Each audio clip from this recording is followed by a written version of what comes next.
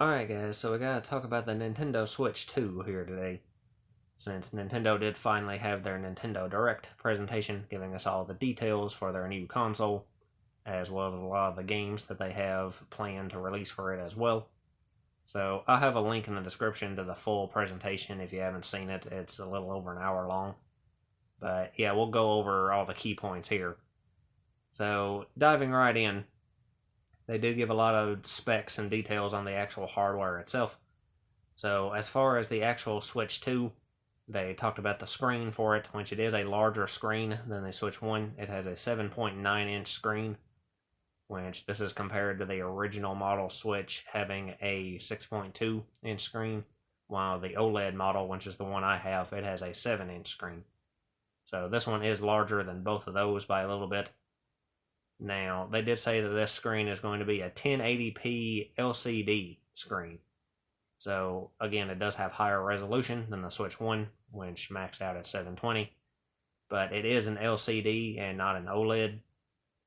So, some things aren't going to be as crisp. Which I could see them eventually doing an OLED model of the Switch 2 at some point as like a mid-gen upgrade. But at least for now, it is just going to be the LCD screen, which I think will still look fine. I don't think it's a huge deal or anything, but if you're concerned about that, there you go. So overall, I think the screen seems fine. Now, beyond that, they did say that they've added a second USB-C port to the top of the console, along with the one on the bottom. So the bottom one is used to dock it, just like before, but the top one can be used to charge it, just like the bottom one. So you can use either one you want, so that makes things more convenient if you're playing in handheld or tabletop mode and you need to charge it and you want to keep playing, then you can use either port you want. And that top port can also be used for a camera accessory that I'll talk a little bit more about later. So beyond that, the internal storage for the Switch 2 is going to be 256 gigabytes, which is quite a substantial upgrade from the Switch 1. The original model Switch had 32 gigs, and the OLED model had 64. So that's quite a big leap. Now, you would expect the file sizes of the games to be a tad bit bigger, so we don't know how much of a difference that's actually going to make. But more memory is always nice. Now, again, the memory will be expandable, just like before, except the Switch 2 actually won't accept regular micro SD cards. Instead, it's going to require micro SD Express cards, which, honestly, I actually didn't know what the fuck that was. So I had to look it up, and it's just regular micro SD cards that have faster read and write speeds. So I guess Switch requires those faster speeds in order to do what it needs to do. Now, these Express cards are a tad bit more expensive than just standard micro SDs, which, micro SDs are dirt cheap, so it's not really a huge deal, but they are going to cost a little bit more if you need to expand that memory. So it's not a huge deal, but, it does add to the cost, which I have quite a few things to say about the cost. We'll get to that later on. But yeah, keep that in mind. If you want to expand the memory, you will have to get the more expensive SD cards. Still a much better alternative than going the Vita route, and giving us, some kind of proprietary memory card that's overpriced too. So I'll take what I can get, I guess, on that end. Now, as for the Switch 2's dock, they did say that the dock now has a built-in fan, so you can cool the system when you're playing in TV mode, which I guess goes along with the fact that in certain games, at least, in docked mode, it will support up to 4K and 120 frames per second. So I guess that could cause some more heat on your system. So that fan should help keep it cooled down. Now, of course, that resolution and frame rate is going to vary by game. Not every game is going to be able to support that. But overall, I think that's a pretty good benchmark. Of course, as I say all the time, I'm not a graphics whore. So I don't really care about resolution and frame rate and shit like that too much as long as the game looks nice. So it seems fine to me. I didn't even dive into like the real specifics as far as, like the CPU and GPU and, how it compares to this console or that as far as power goes or anything. It seems like, a logical step forward from the Switch 1 to me, and ultimately I'm satisfied with it. So I think it should be fine as far as, hardware goes. Now, of course, the other big thing they spent a lot of time talking about was the Joy-Con 2s, so the new controllers for the system, which they revealed actually connect to the system via magnets now. So we saw in that reveal trailer, a few months ago, how they snap onto the side now instead of sliding in from the top. So they do attach via magnet, which the magnets themselves are on the console, and the SL and SR buttons on the inner side of the Joy-Cons, those are actually made of steel. So those are what the magnets cling to attach on there. So that's an interesting way to go about it. The connection should be pretty firm, I would imagine. Of course, you'd have to get your hands on it to actually feel for yourself. But hopefully it connects on there fully and sturdily, and we don't have any instances of, them detaching and your console hitting the floor, because that could be a big problem. But I don't think that'll be a big issue. They do have a release button on the back to get them to come off, so, they should have a firm grip. Now, I know a lot of those rumors talked about the control sticks using magnets as well for that Hall effect control sticks or whatever it's called. They didn't mention that here in this presentation, but I would imagine that's also a thing, since that rumor was accurate about a lot of other stuff, and we know the console's using magnets. So that might be the case, but they didn't confirm it, so I don't really know. Now, the other big feature of the Joy-Con 2s that they really promoted heavily was the fact that they now support mouse controls, where you can take the Joy-Con and turn it on its side and move it around like you would a computer mouse, and use your shoulder buttons as your clicking button. And they've integrated, mouse control features into a lot of their games, which it's a novel idea. It's one of those kind of standard Nintendo things that it's a cool idea, but I don't know how much it's actually going to get used in practice. I could see it being kind of awkward for a home console. If you're playing in tabletop mode and you're sitting at a desk and you're using it like a mouse, just like you would a laptop or whatever, then that would make a lot of sense. But if you're playing it in TV mode and you're sitting on your couch, I don't know how exactly you would go about that. I think their official site actually mentioned that it would work on your pant leg or whatever. So I don't know if they expect us to sit there using a Joy-Con on our leg like it's a mouse. That just seems like an awkward thing to do to me. So I don't know how much use that's going to see after the first year of this console's life cycle. So it's a neat idea, but we'll see how that actually goes. Now, of course, the other big thing with these new controllers is something I pointed out in the reveal trailer. The right Joy-Con does have a new button on it, which they've revealed to be a C button now. And this C button actually enables a game chat feature on the Switch too. So Nintendo is finally implementing a feature that their competitors implemented, almost 2 decades ago. We actually have built-in game chat now, instead of having to use, the separate mobile app bullshits on Switch 1 or whatever. So that's nice. It does have an option for both voice chat and video chats, and you can bring up the screens from other people on your screen so you can kind of see where they are in games and stuff. And it seems like a well-implemented feature, at least from this one little reveal video. But as someone who doesn't play online very often, I'm probably not going to be actually using this feature very much personally. Most of the time when I do play online games, I don't really chat with anybody or do anything like that. The only times I usually do that is when I'm having to coordinate with people to boost trophies or achievements or something. And of course, Nintendo doesn't have an equivalent of that. So I personally don't see myself actually using this feature a ton. But, it's nice to bring it up to industry standard, I guess. Now, they also revealed another feature of the console that is called Game Share. And basically what this is it's kind of like the download play option that the DS and the 3DS had, where if you've got a friend or someone locally who you both have a system, but you only have one copy of a game, and you want to play the multiplayer mode together, you can let the other person download a temporary copy of your game so you can play the multiplayer mode while you're sitting there. So that's a good feature to bring back. That was always a handy feature on DS and 3DS. So having an equivalent of that on Switch 2, I think, is a very nice improvement as well. Now, backwards compatibility was also another thing that was addressed here. When some of this info isn't coming from the Direct itself, I got some of this like off their official site and stuff. But we already knew that the Switch 2 was going to support Switch 1 games for backwards compatibility. But we also have confirmation now that you can use Switch 1 controllers on the Switch 2.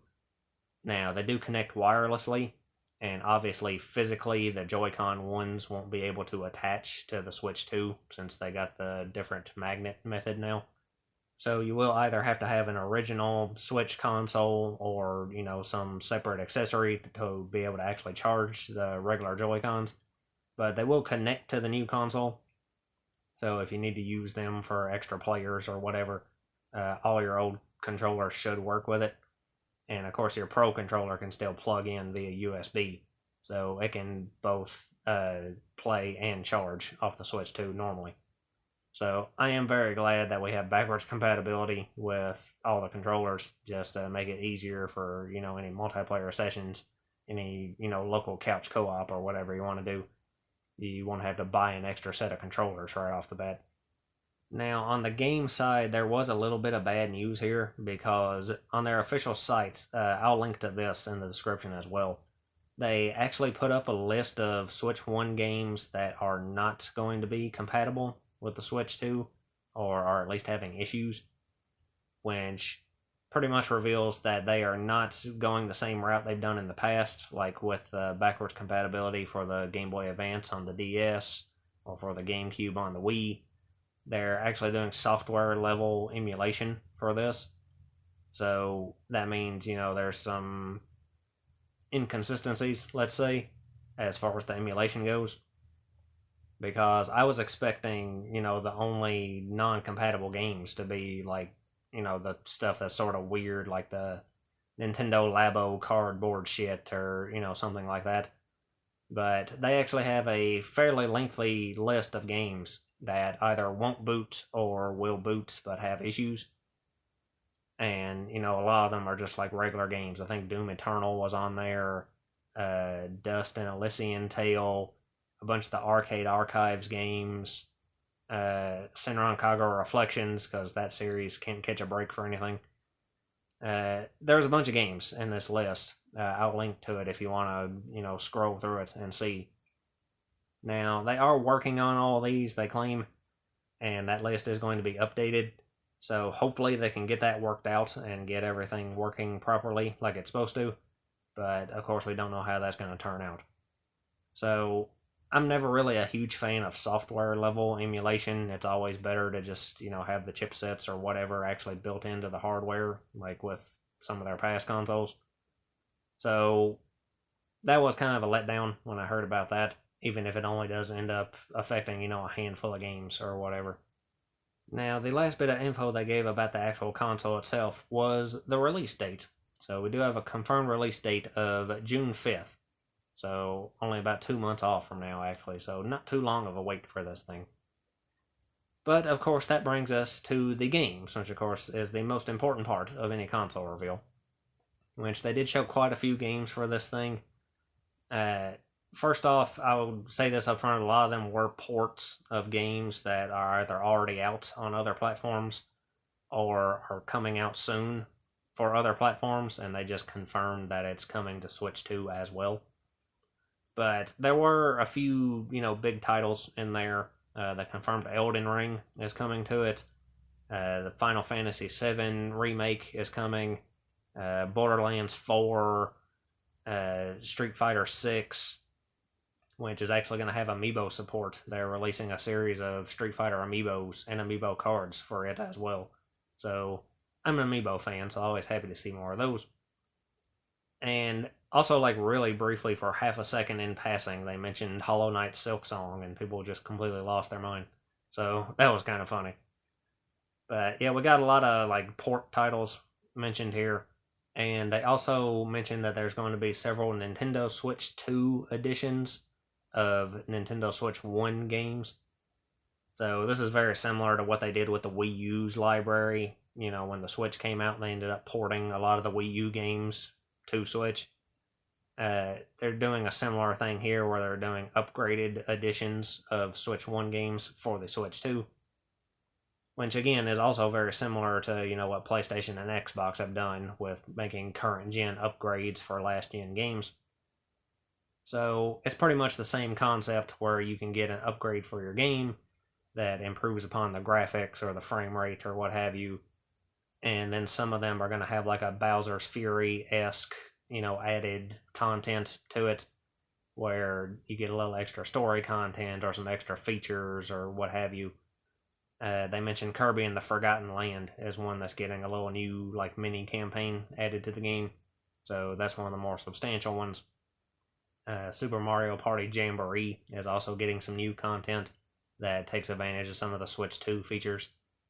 So a lot of stuff like that. Now, they did say that at least some of these are going to be paid upgrades. I'm not sure if all of them are going to be paid or only some. I also don't know what the exact price of any of these upgrades are going to be. So I imagine, again, it'll be pretty similar to PlayStation or Xbox, where if you already own an original copy of the game, then you can pay $10 or whatever to upgrade to the Switch 2 edition to get the extra content and added features or what have you. And if you don't want to pay for the upgrade, then you can just play the, regular Switch 1 version on the Switch 2 via backwards compatibility. So I don't know if any of those are going to be free or not. I would hope some of the ones that are just graphics upgrades are free. The ones that add extra content, if they want to charge for those, then, that's one thing. But if all they're doing is upping the frame rate and resolution a little, they really shouldn't be charging people for that, I don't think. But yeah, a lot of games are getting those. They also confirmed that both Metroid Prime 4 and Pokemon Legends ZA are going to release with both Switch 1 and Switch 2 editions. So both those games will be multi-plat. So moving on to the actual new titles, which is what everyone cares about. We did get a handful of first-party Nintendo stuff that they showed. We did get a full reveal for that new Mario Kart game that they teased back, in the first reveal trailer a while ago, which is going to be called Mario Kart World. And it's actually a open-world Mario Kart game, which of all things to make fucking open world, they made Mario Kart. But it seemed pretty good. You can actually drive all over the world, so you can drive from track to track. And then they got big cross-country races and stuff. So it seemed pretty cool. Beyond that, they also revealed a brand new Donkey Kong game called Donkey Kong Bonanza. And it's actually a 3D platformer. And it looked pretty interesting. It showed Donkey Kong digging through the ground, kind of like he's a miner or something. So that seemed like something that looked pretty cool. They also announced a new entry in the Hyrule Warriors series called Hyrule Warriors Age of Imprisonment, which is set in the continuity with Tears of the Kingdom. So that looked pretty cool as well. And then one of the big reveals towards the end is the one that got me the most excited. We're finally getting a sequel to Kirby Air Ride from way back on the GameCube called Kirby Air Riders. So a new Kirby racing game, which unfortunately I don't own an actual physical copy of Kirby Air Ride on the GameCube, but I remember playing the demo of it at Kmart back in the day when they had those screens that was up at the top of the case and you had to break your neck to play the demo for a while. And I have fond memories of playing the demo of that game in stores. So it's cool that we're finally getting a sequel for that after all these years. Now, they also revealed a new IP that is very odd, but this is one of the games that they use to show off those, Joy-Con 2 mouse controls. And of all things to show off the mouse controls, they're actually making a wheelchair basketball game called Drag and Drive. So they showed you being able to use both Joy-Cons as mouse controls to roll the wheels of the wheelchair. So that's just a really odd concept to me. Of all the things you could come up with to show off mouse controls, their mind jumped to wheelchair basketball. That just seems like a strange thing. So personally, I'm not really interested in that game too much, since, I'm not a big sports game fan anyway, much less Special Olympics sports. So I'm probably not going to end up picking that one up, but it's it's an odd concept, and it's definitely something unique, at least. Now, the last first party game they showed is really less of a game, it's more of a tech demo. But they showed something called Nintendo Switch 2 Welcome Tour. And this thing seemed like just a little app that kind of shows you about features of your console and sort of dives into the internals of how some of the things work, like the HD rumble or the magnets or whatever. And it does have a few little mini games built into it. They showed like a little golf mini game that you could do with the mouse controls and stuff. So there is some actual gameplay to this, but it's more of like a tech demo and just kind of talking about the console. Which is fine as an idea, but the thing that killed this was, when they're showing this, you expect it to be a pack-in game like, the Astro's Playroom on PS5 or whatever. But they announced that this is actually a separate paid title that you have to pay and download. Which, charging people for a tech demo is just absolutely ridiculous. This definitely should have been something that's just free and built in, when you get the console. Now, I don't know exactly what the price of this thing is going to be over here. I think it was confirmed that it's 990 yen in Japan. So, I'm guessing over here it'll be somewhere between $5 to $10, which is too much. Anything really is too much for this, I would say, since it should be free to begin with. So, yeah, there's no way I'm paying for this. If I could get it for free somehow, I might check it out, but I'm not going to spend any money on this. Maybe 50 cents or something if it goes on some ridiculous sale. But, yeah, this seems like a waste of money to me. Now, on the third-party end, we, of course, got a ton more games announced as well, which I'm not going to go over every single one of those because it's a shitload of them. And, again, a lot of them are ports of stuff that we already knew was coming to other platforms. But there were a few that jumped out to me personally that kind of made me excited. And it's probably not the ones that jumped out to a lot of other people. There was one that was heavily featured that's actually a From Software game called The Dusk Bloods, which I was interested in when I first saw it until after the fact when I learned that it's like an online multiplayer only game, and that just killed any interest I had in it. So it looked cool for a minute, but yeah, I'm not playing any multiplayer only stuff, so I don't really give a fuck about that. But some of the stuff that I did get very excited about was we got an announcement of Fast Fusion, a new entry in the Fast Racing series from Shinen Multimedia, which I'm a big fan of Shinen games. I think they're kind of underrated as a developer. So it was cool to see a new entry from one of their series popping up during this. Beyond that, another big thing that got me excited was we got an announcement from Square Enix that we're actually getting an HD remaster of Bravely Default. So the original entry in that series, which is a title that I played on 3DS and absolutely loved. So it's nice to see it get an upgrade. They are adding like a few little mini games and some new features to it as well, so it's not just a graphical upgrade. So I was pretty happy to see that, even though, it is just a remastered port of an older game. It's a game I really enjoyed, so I'm glad to see it making a comeback. And then the other thing that personally jumped out to me was we got an announcement from Hamster that we're getting the first entry in the Arcade Archives 2 series, and it's going to be Ridge Racer. So they're going to start porting 3D arcade games to the Switch 2 as part of the Arcade Archives 2 series, which I think Hamster doesn't get near enough credit for the work they do on the Arcade Archives games. Having official releases of a lot of those old arcade games is a really important thing, I think, and I'm actually a really big fan of their work. So I was happy to see some news from them as well. And it should be interesting to see, what sort of entries we get in that series, since the original Arcade Archives had a pretty wide range of games in it. We'll see what all they can manage to bring to Arcade Archives 2.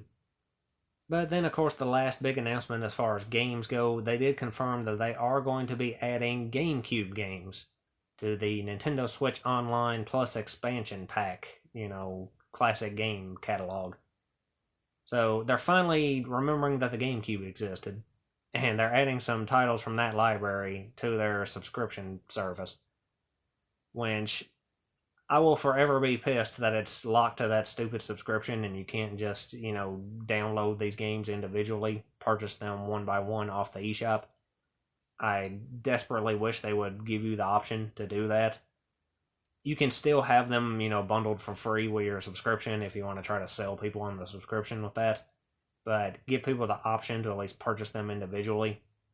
You're just leaving money on the table by not doing that. You already have them working on the console. There's no reason not to. And that'll give people a way to actually, own, as far as you can own a digital copy of something.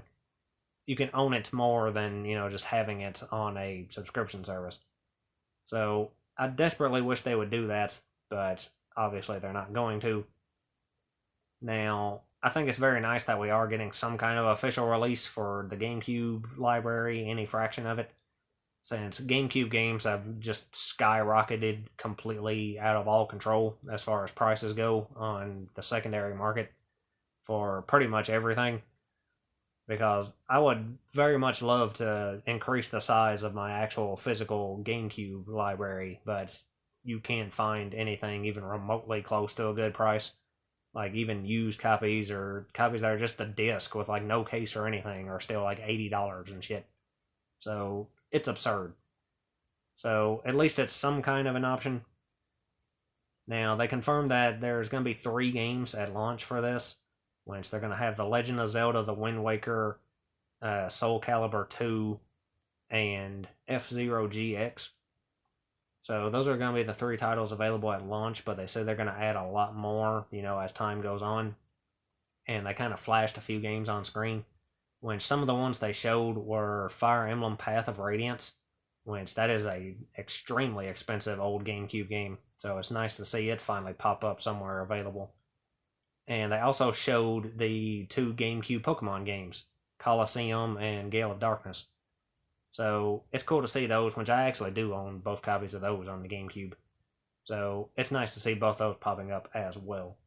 Plus, they also confirmed to go along with this, they are going to be releasing a GameCube controller that will work with the Switch 2. Kind of similar to how they did with the other retro controllers for NES and Super NES and Nintendo 64, and I think they did a Sega Genesis one as well. So you do have to have an NSO subscription to even be able to purchase these off their website, which is kind of fucking retarded, if you ask me. But yeah, we are going to have an option to get a GameCube controller for the Switch 2 as well. So that's pretty cool. So they went through this entire hour-plus long presentation, and nowhere in this entire thing did they ever mention any kind of price point for any of this. And that was immediately a red flag for me, because if they're not being upfront about the price, it's going to be bad. Now, we did find out about the price. A few places already have pre-orders, not open yet, but, listed as, coming soon. So we did get a look at the prices for these things. Which, for the console itself, it's pretty much what I was expecting. I wouldn't call it a great price, but it's kind of in line with what I was expecting it to be. So for just the standard Switch 2 console by itself, it is going to be $450, which isn't bad, I don't guess. The Switch 1 OG model was $300, and of course the OLED was $350. So this is $100 higher than the OLED model Switch, and still slightly less than their competitors, since the standard model of the PS5 and the Series X are both $500. They have cheaper options that are digital only or whatever, but, for just the standard physical base console, Nintendo still is at least slightly the cheaper option out of the 3. Now, they are also going to offer a bundle that is going to include a digital copy of Mario Kart World. That'll be $500. So for an extra $50, you can get a digital copy of that game.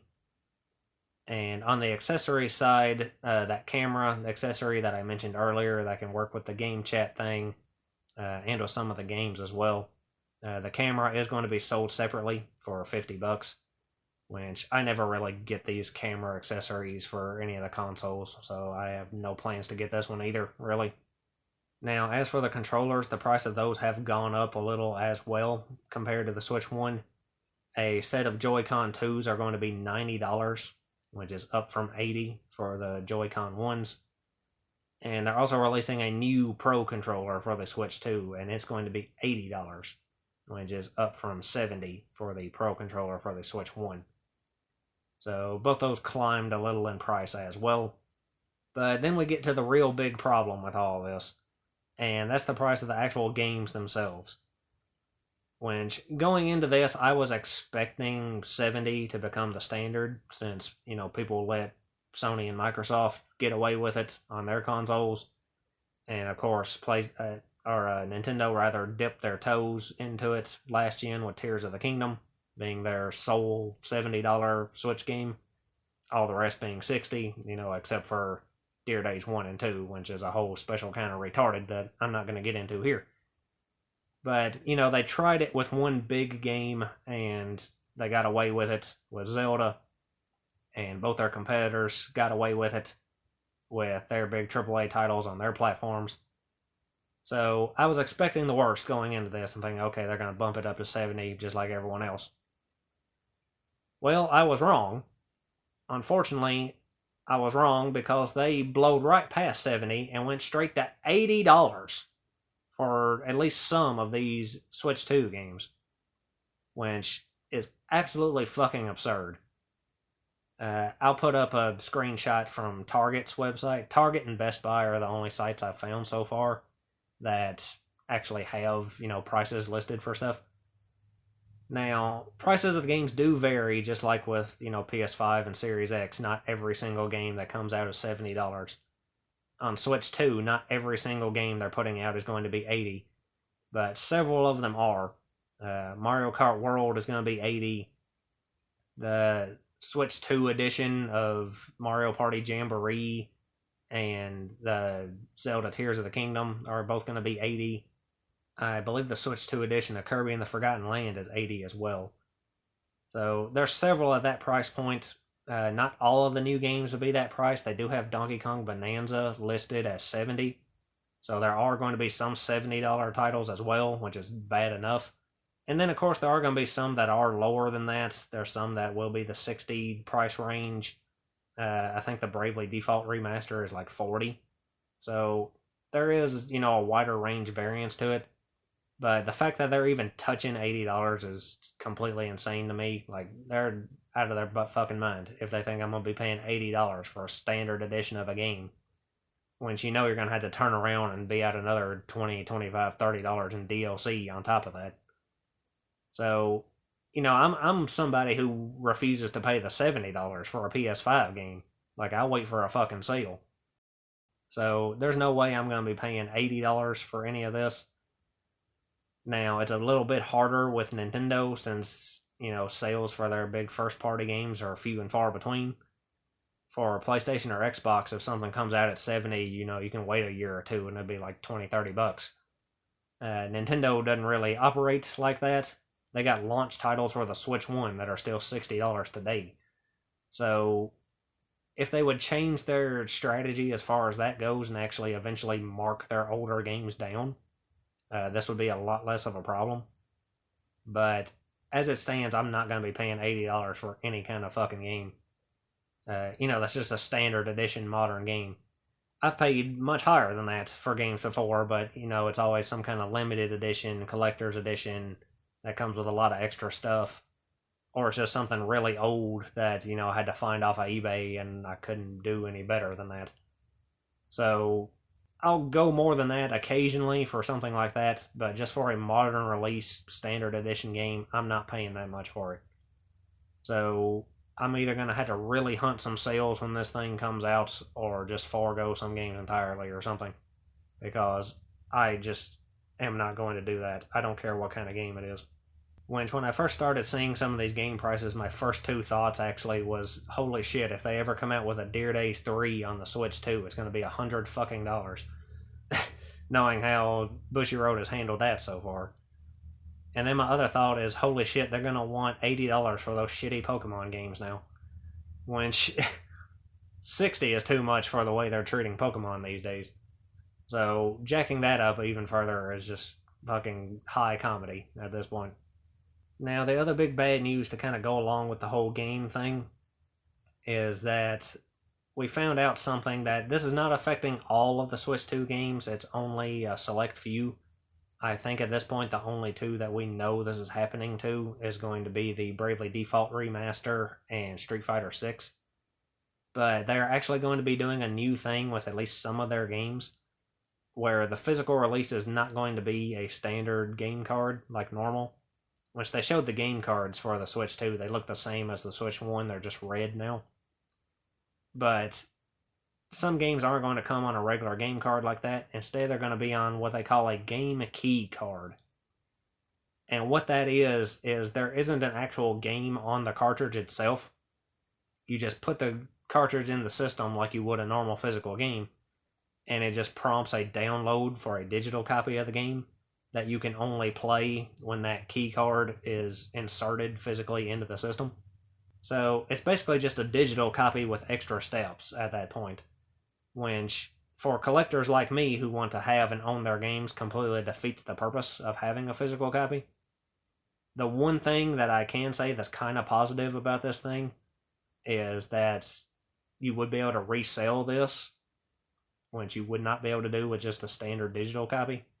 So if you're someone who buys their games and plays through them once and then turns around and sells them to buy the next game, then, you still would be able to do that with these. But if you're someone like me who never sells their games and actually collects them to add to their library, then there's pretty much no point in buying any of these. If some game comes out on one of these, I'm just going to consider it a digital-only release and just buy the digital copy, because that would be more convenient at that point.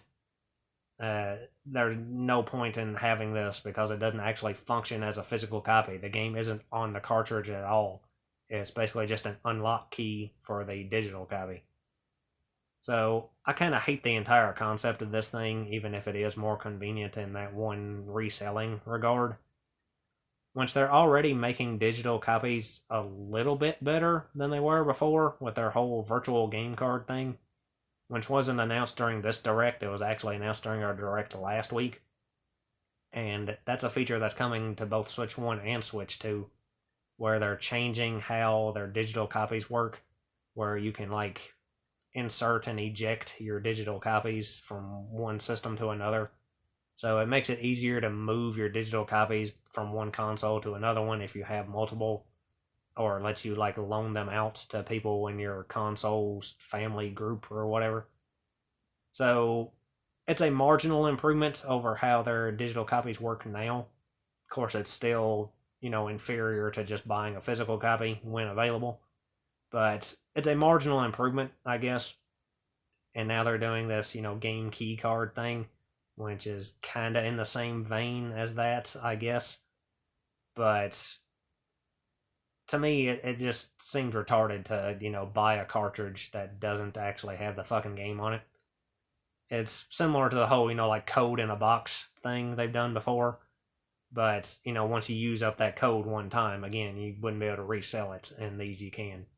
So, in one niche situation, these are better than what they have before, I guess, but I still kind of hate the entire concept of it. And I am kind of super pissed that the one game I was excited about out of all this, which was the Bravely Default Remaster, is one of the games that's going to be affected by this nonsense. So any publishers that want to be cheapskates and get, cheaper cartridges are probably going to take this route.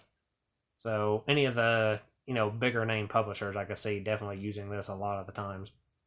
So I hate this whole concept and don't really plan on buying any of these game key card games.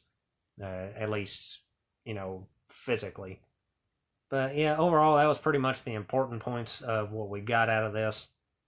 Which, as far as the presentation itself goes, I was overall fairly satisfied with it. The first party side of their game titles were a little bit light, I thought.